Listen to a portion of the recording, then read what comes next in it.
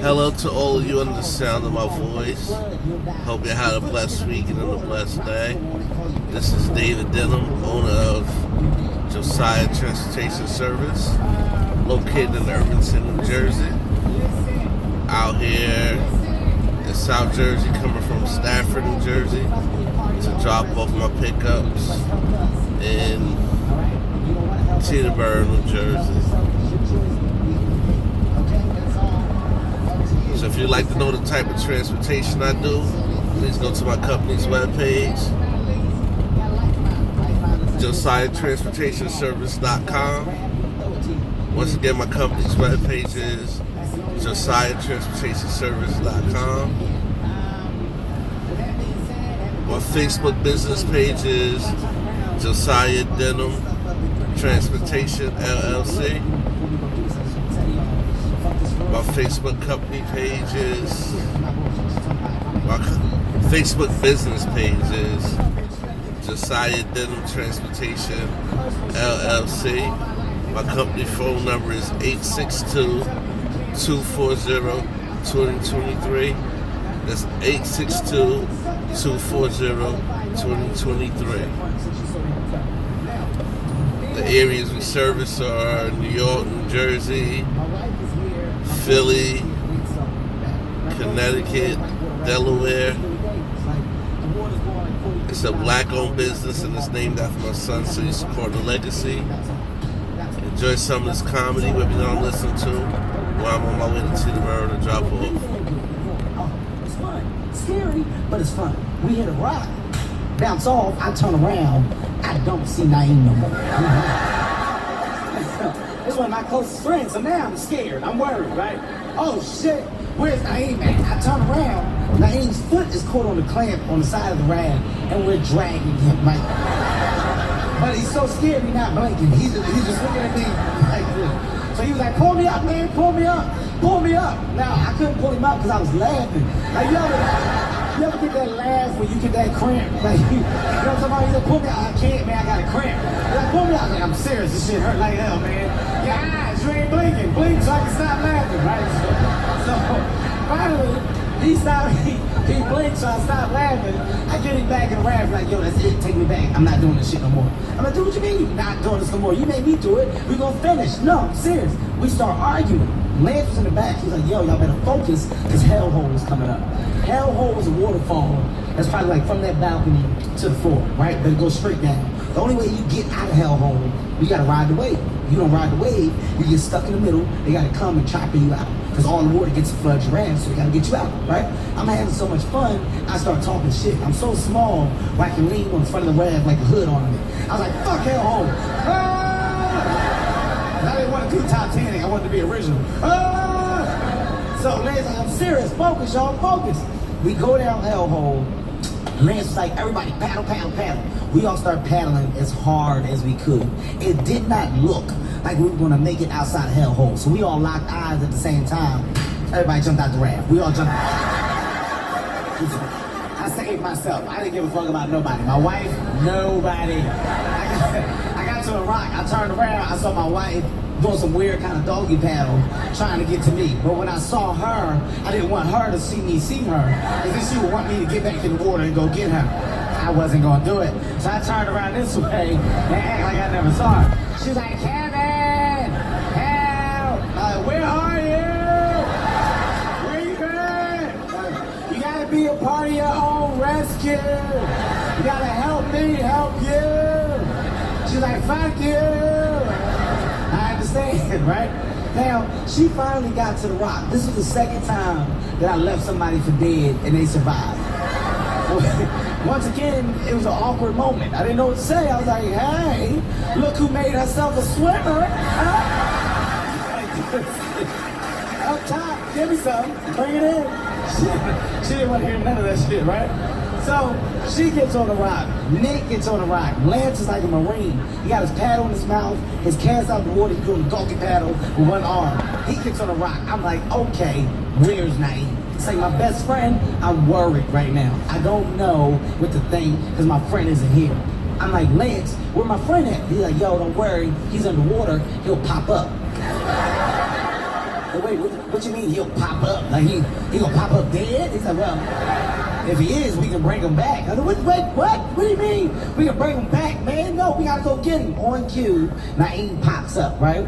He's so afraid when he pops up that he's not moving his head. He's looking straight ahead. He's got his life vest in his paddle like this, and he's just looking straight ahead and blinking. He blinking a whole fucking lot. That's how I knew he was scared. This is the rock. Sweetie, like right where you are, that's where Naeem is. I'm like, yo, turn on your stomach, get to the rock. I know he hear me because he blinking, but I'm like, I hope he not trying to give me like a Morse code or some shit like that because I don't know Morse codes, right?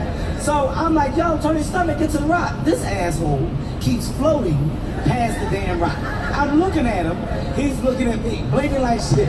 I'm like, what are you doing? He started waving his paddle in the air. The reason why he's waving his paddle in the air because he wants somebody to grab his paddle and pull him up. I'm not tall enough to grab his paddle.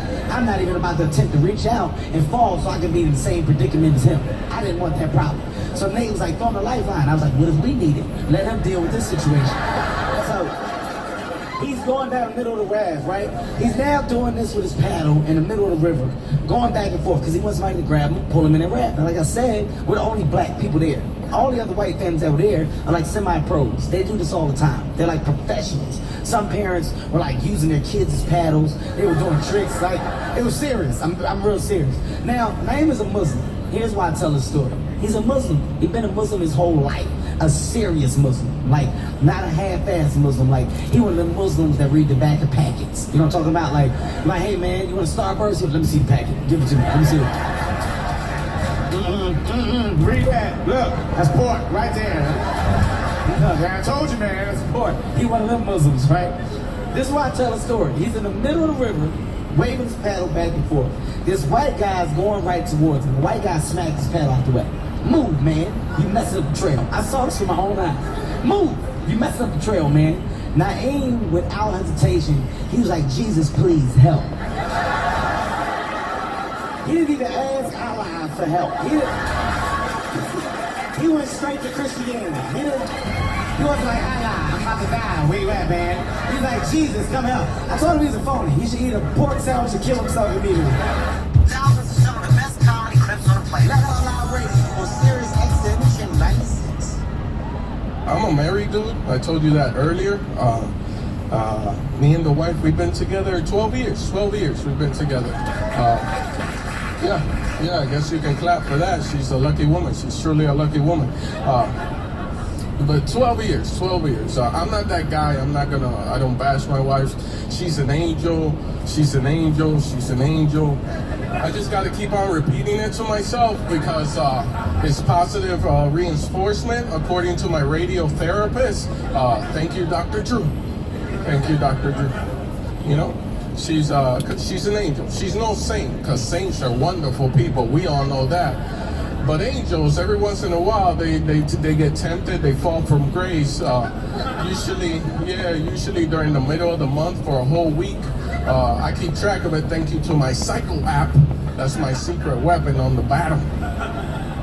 Keep track of that.